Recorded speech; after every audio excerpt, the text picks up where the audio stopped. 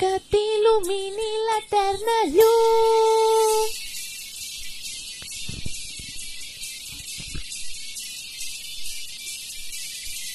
Una ànima van partir en dos amb gran dolor i el meu pit està posat en un indret on trobi la pau. Les ànimes buscant el camí amb gran temor.